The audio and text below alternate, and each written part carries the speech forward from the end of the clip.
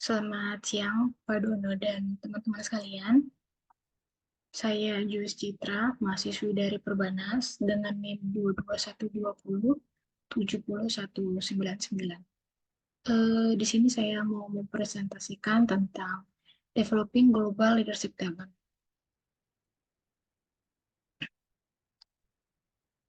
Yang pertama itu ada Global Leadership Competencies. Di antara para pemimpin global dalam penugasan internasional, mengelola respon emosional melalui pengenalan dan pengaturan emosi dikaitkan dengan penyesuaian yang lebih tinggi. Kompetensi lintas budaya seperti toleransi terhadap ambiguitas dan ketangguhan meningkatkan manajemen diri para pemimpin global, sehingga memungkinkan mereka bekerja dengan cepat dan nyaman dalam budaya yang berbeda dan dengan orang-orang dari budaya yang berbeda. Selanjutnya itu ada how global leadership competencies are developed. Ketika mempertimbangkan bagaimana kompetensi kepemimpinan global dikembangkan, perlu diingat bahwa setiap kompetensi bukan hanya kompetensi kepemimpinan global, tetapi terdiri dari pengetahuan, keterampilan, kemampuan, dan karakteristik individu lainnya.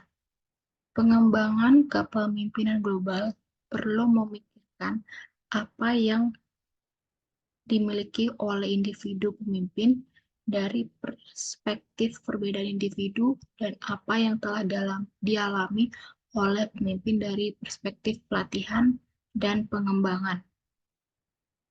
Dengan karakteristik kepribadian yang tepat, dapat membuat langkah terbesar dalam mengembangkan kompetensi lintas budaya melalui kesempatan untuk pelatihan dan pengembangan. Hal ini menunjukkan pendekatan interaksi bakat dan perlakuan di mana tingkat pemimpin global yang dimiliki oleh para pemimpin global akan mempengaruhi cara mereka merespon metode instruksional atau pelakuan mereka. Selanjutnya itu ada developmental opportunities. Yang pertama itu ada cross-cultural training.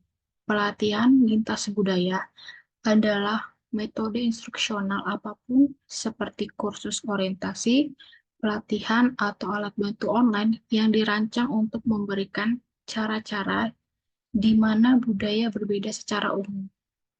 Pelatihan lintas budaya akan membantu para pemimpin global menafsirkan perilaku orang lain dalam konteks budaya yang berbeda dan cara belajar merespon dengan cepat. Yang kedua itu ada cross-cultural experiential opportunities. Kesempatan pengalaman lintas budaya adalah kegiatan atau acara yang mengharuskan pemimpin untuk melampaui batas-batas negara. Peluang pengalaman lintas budaya ini mungkin melibatkan pergi ke negara lain secara fisik untuk menyelesaikan penugasan kerja atau tugas dinas. Yang ketiga ada quality of experiences. Selain jumlah dan pengalaman baru lintas budaya, penting juga untuk mempertimbangkan kualitas dari pengalaman kerja. Teori pembelajaran sosial memberikan dasar teoritis untuk memahami mekanisme di mana pengalaman lintas budaya menjadi pengalaman berkualitas tinggi yang mengarah untuk pengembangan kompetensi lintas budaya. Yang terakhir itu ada amount of experience. Telah menjadi alasan bahwa jumlah pengalaman sangat penting dalam memfasilitasi pengembangan para pemimpin.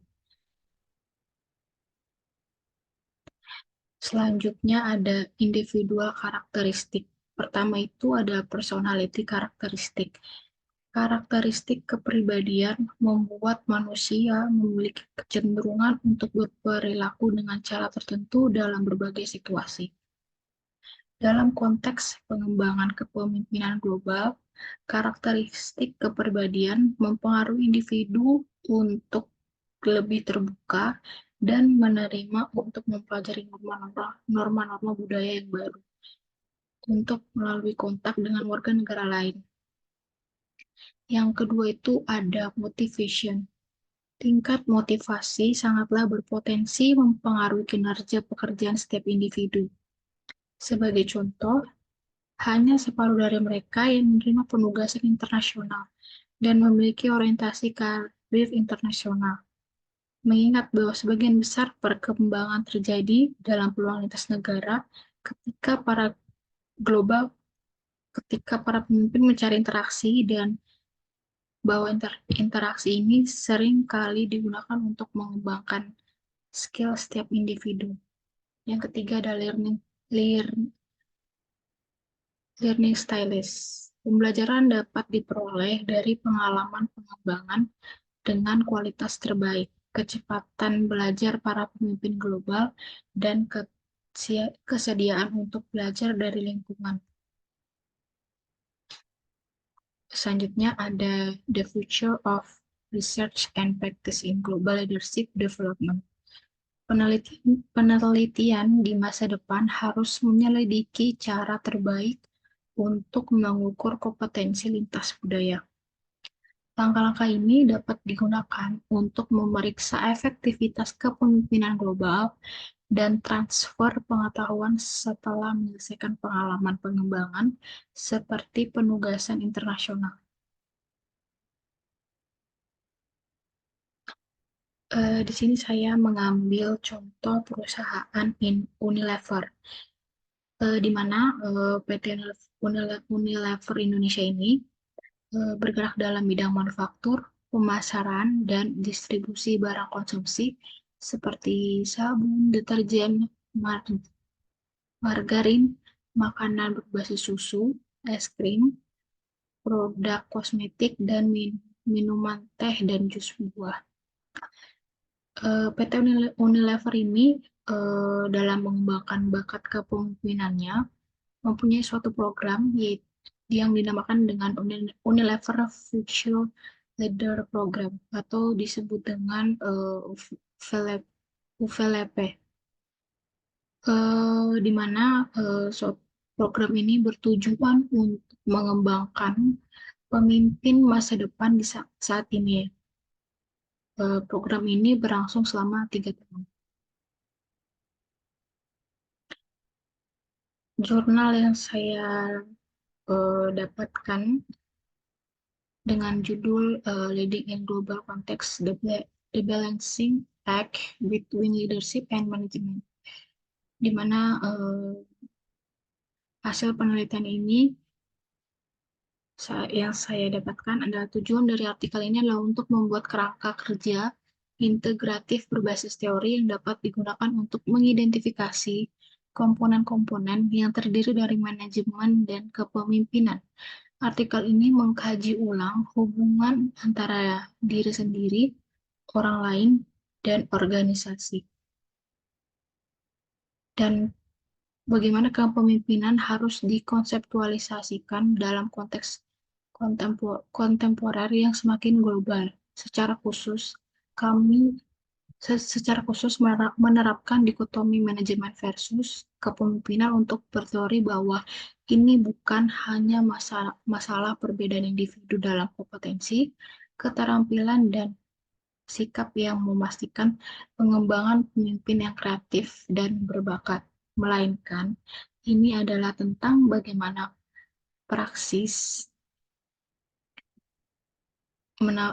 praktik menawarkan tantangan dan lensa transformasi untuk mengamati cara-cara kepemimpinan global dibatasi oleh konvensi organisasi dan manajerial.